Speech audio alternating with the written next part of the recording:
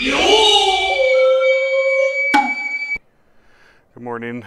I'm up before the sun. You might be able to see the moon behind me in the background. I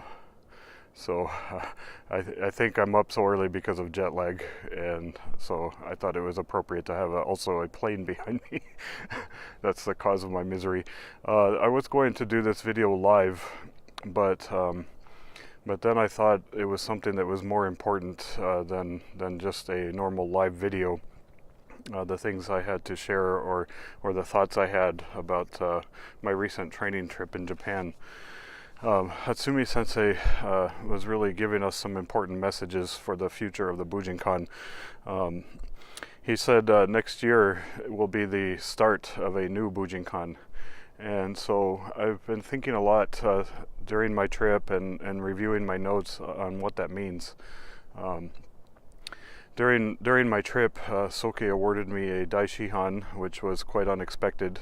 I actually got it very closely to the same time as my teacher got one, and to me that was quite a surprise. It felt to me like my teacher should have gotten it long before I did, but the Bujinkan it works differently. Ranks and awards work differently.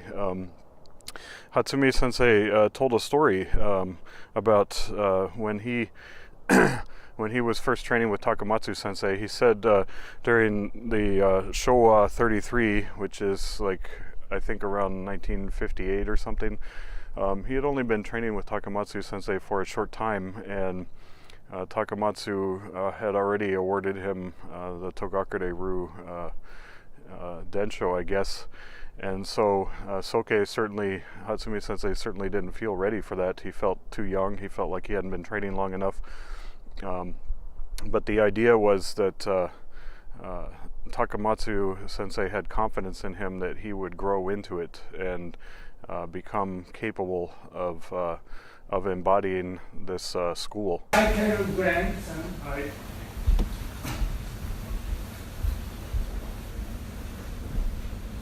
Michael Graham, 右の者武人館道場、男子班たる者が平成29年11月期、早期休みます。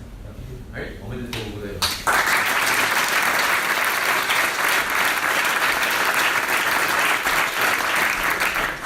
So right after Hatsumi Sensei awarded me the Dai Shihan, it was a very nice moment for me because Senou Sensei read the certificate in a kind of formal way, and I was bowing there before Hatsumi Sensei as he handed me the certificate. Hatsumi Sensei made a speech right afterwards, and he said there's a time for these things, and when the time is right, they should be given. And so he was referring to not so much that it's a time when a human, rises to the occasion or Soke thinks it's right, but it's more of a kind of almost a divine moment, right? A divine inspiration where the time is right, the timing is right for these things to change. And so he was mentioning that this was the 50th anniversary of his teaching of the Bujinkan and training and teaching, and he said that was very mysterious, like it just kind of happened all of a sudden.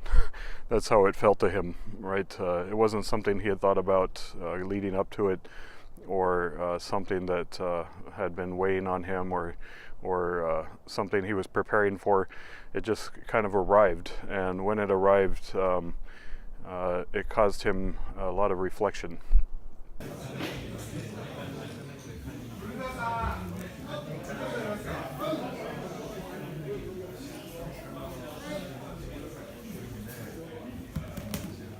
Soke said with this divine kind of inspiration that we shouldn't think of our ranks or awards as coming from Hatsumi Sensei, that we should think of them as coming from Kami-sama. Kami-sama, in Japanese thought and religion and mythology is like the great spirit or God, if you will.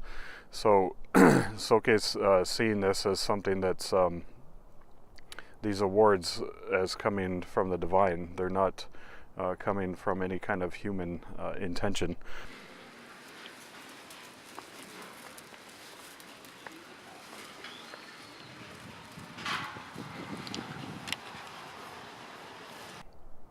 One thing that's been really on my mind since I returned from Japan is the way people try to teach Budo. I notice, like, when I look at different teachers around the world, this is not a criticism, it's just a reflection, because it also applies to me. I notice that different teachers are teaching, like, some of them are teaching Nagato Sensei's Budo, some of them are teaching Someya Sensei's Budo, some of them are teaching Ishizuka Sensei's Budo, some of them are teaching Noguchi Sensei's Budo. You know, you can look around the world and see teachers that are kind of using these methods or taking this approach to their training. And unfortunately, in my mind, there's very few that are doing Hatsumi Sensei's Budo. I think there's a lot of reasons for that. I think, first of all, it's quite hard to do Hatsumi Sensei's Budo. His Budo is very difficult to understand. But going into the future, I think it's really important for us Dai Shihan to protect Hatsumi Sensei's Budo. Hatsumi Sensei, he kept saying during my recent trip that the Dai Shihan are going to have to start teaching for themselves, and that they shouldn't rely on him anymore, and that the Dai Shihan are responsible for protecting the Bujinkan into the future and going forward. So with that idea in mind, I think it's quite important for all of us to really honor and treasure and protect and try to teach and share what we understand as Hatsumi Sensei's Budo. Oh, it's very cold outside today, but I am at the top of the world. As you can see behind me, there is Tokyo. Yeah, you can. Now I remember it. So you can see behind me Tokyo Tower, and way in the distance is the new tower, which is the Sky Tree. So all of Tokyo. Hatsumi Sensei said that he's creating all of these Dai Shihan to build a community. He wants us all to be friends. He wants us all to get along and stay connected, and to protect the Bujinkan going forward. So as I sit here jet lagged a few days after my trip in Japan, these are some of the thoughts that are going through my mind. And I was going to do this video live, but I thought some of these things were too important to be distracted by live comments, so I just decided to record this this morning before the sun came up. You think of Japan as the land of the rising sun, and the sun is not up here, but it probably is over there since I'm across the world. All right, thanks for listening.